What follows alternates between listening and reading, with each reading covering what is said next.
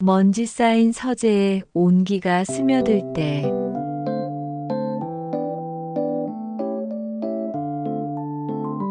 오늘 들려드릴 이야기는 책 향기만 가득했던 한 공간에 사람의 온기가 스며들기 시작한 순간에 대한 이야기입니다. 그 사람의 세상은 정적 그 자체였습니다. 제가 처음 박준혁 교수님의 집에 발을 들였을 때 느꼈던 감정은 경외감, 그리고 아주 옅은 쓸쓸함이었습니다. 도시 외곽 작은 숲을 등지고 서 있는 집은 유명한 건축가였던 그가 직접 설계한 작품이었습니다. 거대한 통창으로는 사계절이 그림처럼 걸렸고 내부는 한치의 오차도 없이 계산된 미니멀리즘의 정수였죠. 모든 것이 완벽하게 정돈되어 있었지만 그 완벽함이 오히려 사람의 온기를 밀어내는 듯한 차가움을 풍겼습니다. 저는 그의 서재를 정리하는 사람이었습니다. 5년 전 불의의 사고로 남편을 먼저 보낸 후 혼자 힘으로 대학생 딸아이의 학비를 벌어야 했습니다. 국문학을 전공하고 출판사에서 잠시 일했던 경력을 살려 고서나 개인 장서를 정리하고 목록을 만들어주는 일을 시작했죠. 박 교수님은 저의 세 번째 고객이었습니다. 이서연 씨, 서재는 저쪽입니다. 정리는 기역, 니은, 디귿 순이 아닌 주제별로 분류해 주시면 됩니다. 철학, 역사, 건축, 문학 순으로 세부 목록은 알아서 판단하십시오. 첫날 그는 서재의 위치와 작업 방식만 간결하게 알려준 뒤 자신의 작업실로 들어가 버렸습니다. 70대에 가까워 보이는 그는 희끗희끗한 머리를 단정하게 넘기고 옅은 색 안경 너머로 보이는 눈빛은 날카롭다기보다는 모든 것에 무감한 듯 보였습니다. 마치 세상의 모든 소음으로부터 자신을 완벽하게 격리한 사람처럼요. 그의 서재는 집의 심장과도 같은 곳이었습니다. 2층까지 뻥 뚫린 높은 천장을 따라 벽면 가득히 책들이 꽂혀 있었죠. 먼지는 거의 없었지만 책들은 오랫동안 사람의 손길이 닿지 않은 채 자신의 자리를 고요히 지키고 있었습니다. 저는 그가 정해준 규칙에 따라 책들을 꺼내고 분류하고 목록을 작성하기 시작했습니다. 하루에 8시간, 일주일에 3번.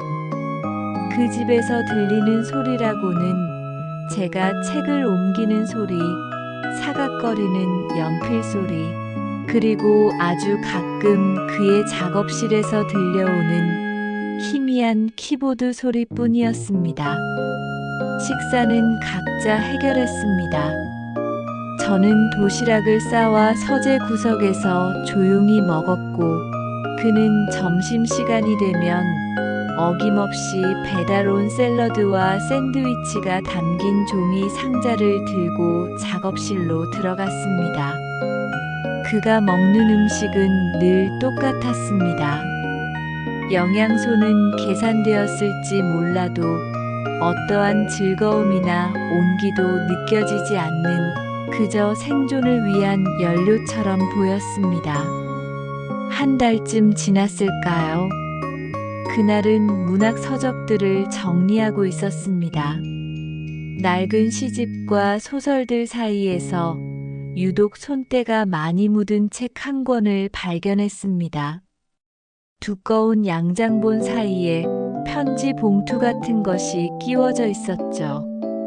조심스럽게 꺼내보니 그것은 책이 아니라 낡은 가죽 커버로 된 노트였습니다. 표지에는 아무것도 쓰여 있지 않았습니다. 호기심에 첫 장을 넘긴 순간 저는 숨을 멈췄습니다. 그 안에는 지금은 보기 드문 단아하고 아름다운 글씨체로 여러 가지 음식의 레시피가 적혀 있었습니다. 남편이 좋아하는 버섯 들깨탕, 비 오는 날의 감자전, 햇살 좋은 주말의 토마토 스튜. 각각의 레시피 위에는 제목처럼 짧은 문장들이 함께 적혀 있었습니다. 그것은 단순한 요리책이 아니었습니다. 누군가의 애정과 삶이 고스란히 담긴 사랑의 기록이었습니다. 아마도 오래전 세상을 떠났다는 그의 아내분이 남긴 것이리라 짐작할 뿐이었죠. 저는 노트를 조용히 덮어 원래 자리에 꽂아두었습니다. 하지만 그날 이후 점심시간마다 배달 음식을 먹는 그의 마른 등이 자꾸만 눈에 밟혔습니다.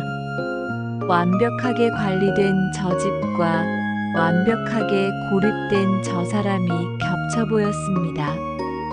결심을 한 것은 그로부터 며칠 뒤 비가 추적추적 내리던 날이었습니다.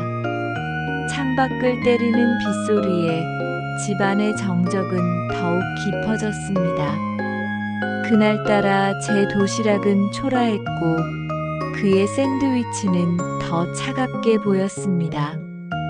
저는 오후 작업을 마친 뒤 집으로 가는 대신 근처 마트로 향했습니다. 그리고 그의 아내의 노트에 적혀 있던 비 오는 날의 감자전과 남편이 좋아하는 버섯 들깨탕의 재료를 샀습니다. 다음 날 저는 평소보다 1시간 일찍 그의 집에 도착했습니다. 그리고 곧장 주방으로 향했죠. 그의 주방은 마치 모델하우스처럼 모든 것이 완벽하게 갖춰져 있었지만 사용한 흔적은 거의 없었습니다. 저는 조심스럽게 재료들을 꺼내고 10수년 만에 남의 부엌에서 요리를 시작했습니다. 버섯과 채소를 볶아 들깨 가루를 풀어넣고 감자를 강판에 갈아 노릇하게 전을 부쳤습니다. 고소한 기름 냄새와 구수한 들깨탕 냄새가 차가운 집안의 공기를 조금씩 데우기 시작했습니다. 점심시간이 되었을 때 저는 작은 상에 들깨탕 한 뚝배기와 갓 부친 감자전을 차려 그의 작업실 문을 조심스럽게 노크했습니다. 교수님, 점심시간입니다. 잠시 후 문이 열리고 그는 무표정한 얼굴로 저를 바라봤습니다. 그의 시선은 제 뒤에 있는 작은 밥상에 가 닿았고 순간 그의 눈썹이 미세하게 꿈틀거렸습니다. 이게 뭡니까? 그냥 비도 오고 그래서요.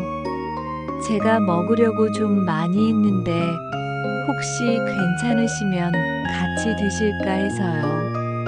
어설픈 변명이었습니다. 그는 아무 말 없이 밥상을 그리고 저를 번갈아 쳐다보았습니다. 거절당할 것이라 생각했습니다. 그의 완벽한 규칙을 깨뜨린 무례한 침입자라고 생각할지도 몰랐죠. 그런데 잠시 후 그가 안경을 고쳤으며 나직하게 말했습니다. 거실 테이블에 두시죠. 그의 허락에 저는 서둘러 거실 테이블에 음식을 차렸습니다. 그는 작업실에서 나와 소파에 앉았고 저도 맞은편에 어색하게 자리를 잡았습니다. 저희 둘 사이에는 어색한 침묵이 흘렀습니다. 그는 숟가락을 들어 먼저 들깨탕 국물을 한 모금 맛보았습니다. 그리고는 움직임을 멈췄습니다. 한참 동안 뚝배기만 내려다보던 그의 어깨가 아주 작게 떨리는 것을 보았습니다. 고개를 숙이고 있어 표정은 보이지 않았지만 저는 직감했습니다. 이 음식이 그의 멈춰있던 시간 속 어딘가를 건드렸다는 것을요. 이걸 어떻게... 아내가 비 오는 날이면 꼭 끓여주던 겁니다. 들깨를 직접 갈아서. 그의 목소리는 물기에 젖어 있었습니다. 저는 차마 서재에서 본 노트를 이야기할 수 없어 그저 입을 다물었습니다. 그는 더 이상 아무 말 없이 아주 천천히 탕과 감자전을 비워냈습니다. 마치 오래된 기억을 음미하듯이요. 그날의 점심 식사는 그렇게 침묵 속에서 끝났습니다. 그는 다 먹은 그릇을 보며 혼잣말처럼 중얼거렸습니다. 고맙습니다. 정말 오랜만이네요. 이런 음식. 그 한마디가 모든 것을 바꾸어 놓았습니다. 굳게 닫혀있던 그의 세상에 아주 작은 문이 열리는 소리였습니다. 그날 이후 우리의 점심시간은 조금씩 변해갔습니다. 그는 더 이상 배달 음식을 시키지 않았습니다. 대신 그는 제게 서재 정리 비용 외에 추가적인 보수를 제안하며 혹시 점심을 준비해 줄 수 있는지 조심스럽게 물었습니다. 물론 서연 씨가 번거롭지 않다면 말입니다. 재료비는 제가 부담하겠습니다. 저는 그의 제안을 받아들였습니다. 매일 점심 우리는 거실 테이블에 마주 앉아 식사를 했습니다. 저는 아내분의 노트에 있는 음식들을 하나씩 만들어 보았고 그는 음식을 먹으며 아주 가끔 아내와의 짧은 추억들을 이야기해 주었습니다.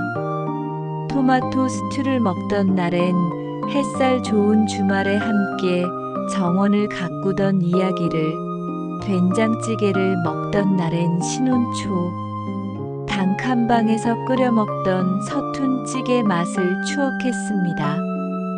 음식은 단순한 한 끼 식사가 아니었습니다. 그것은 그의 닫혔던 기억을 여는 열쇠였고 우리의 어색한 침묵을 채우는 따뜻한 대화였습니다. 서재의 책들을 매개로 우리는 더 많은 이야기를 나누기 시작했습니다. 제가 좋아하는 작가의 책을 발견하면 그는 그 작가에 대한 숨겨진 일화들을 들려주었고 제가 건축에 대해 물으면 그는 자신이 설계한 건물들의 사진을 보여주며 그 안에 담긴 철학을 설명해 주었습니다. 모든 공간의 핵심은 사람입니다. 아무리 아름다운 공간도 그 안에 온기를 나눌 사람이 없다면 그저 텅 빈 상자에 불과하죠. 그렇게 말하는 그의 얼굴에서 저는 처음으로 쓸쓸함이 아닌 깊은 그리움을 읽었습니다. 이 거대하고 아름다운 집이 그에게는 텅 빈 상자였던 겁니다. 관계의 온도가 눈에 띄게 달라진 것은 어느 가을날이었습니다. 그날따라 유난히 하늘이 높고 푸르렀죠. 작업을 마치고 집을 나서려는데 작업실에서 나온 그가 저를 불러 세웠습니다.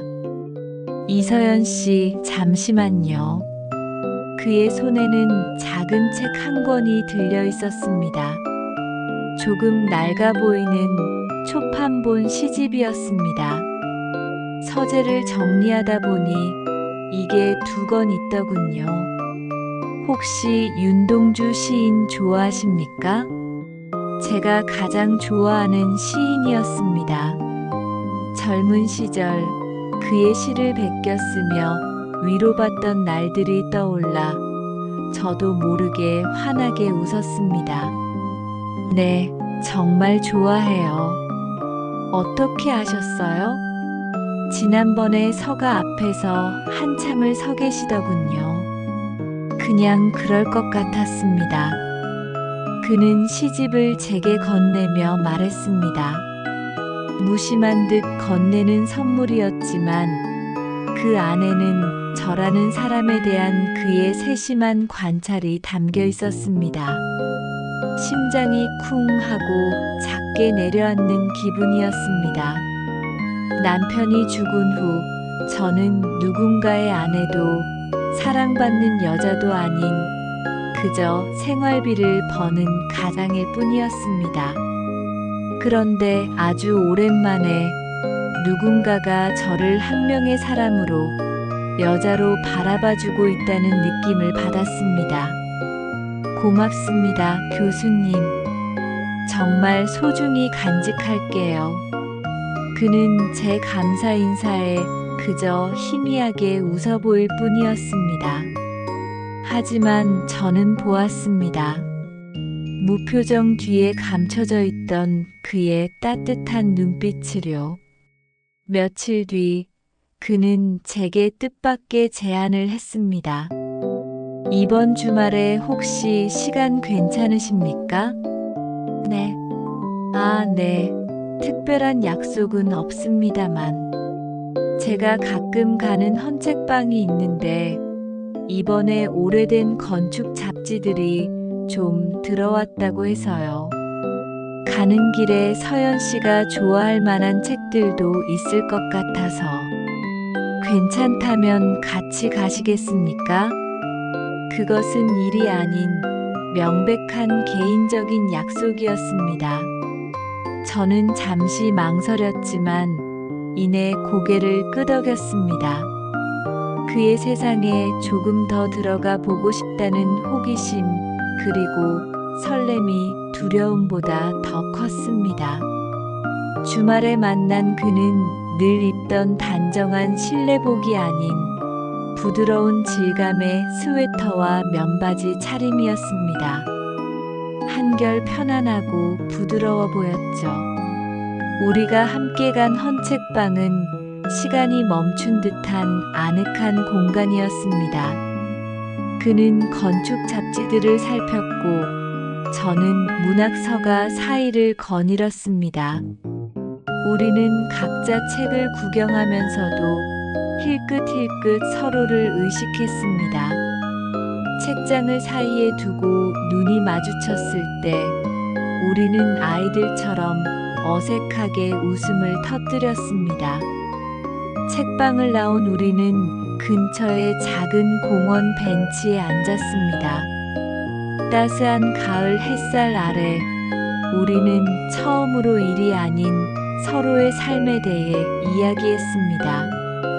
저는 억척스럽게 딸을 키워온 지난 세월을, 그는 아내를 보낸 후 세상과 담을 쌓고 오직 연구에만 몰두했던 공허한 시간들을 담담하게 털어놓았습니다. 아내가 떠난 후에 세상의 모든 색이 사라진 것 같았어요. 모든 것이 무채색이었죠. 그런데 이상하네요.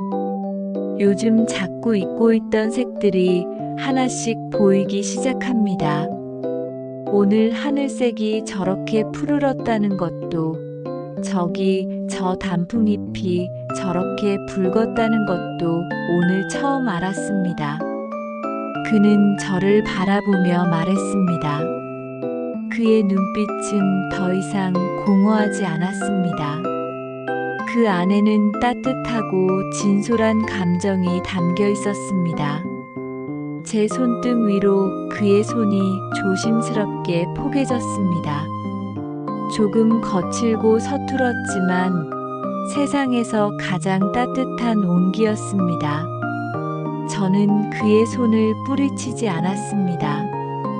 그저 가만히 함께 물들어가는 가을 풍경을 바라볼 뿐이었습니다. 그날 저녁 그는 저를 집까지 바래다 주었습니다. 헤어지기 전 그가 말했습니다. 오늘 정말 즐거웠습니다. 서연 씨 덕분에 10년 만에 가장 많이 웃은 날이었습니다. 그의 집으로 돌아가는 길, 차 안에는 감미로운 클래식 음악이 흐르고 있었습니다. 그의 집 앞에 도착했을 때 저는 차에서 내리려 했습니다. 하지만 그는 시동을 끄지 않았습니다. 벌써 주말이 다 갔네요. 그러게요. 오늘 정말 감사했습니다, 교수님. 혹시 와인 한 잔 어떻습니까? 오늘 사온 책들을 안주 삼아서요. 그의 제안은 너무나 자연스러워서 거절할 수가 없었습니다. 우리는 나란히 그의 집으로 들어섰습니다. 낮에 보았던 그 집은 밤이 되자 창밖의 불빛과 어우러져 한결 아늑하고 따뜻한 분위기를 풍겼습니다. 그는 능숙하게 와인을 따랐고 우리는 거실 소파에 앉아 와인잔을 기울였습니다. 와인 기운이 오르자 우리의 대화는 한결 더 깊어졌습니다.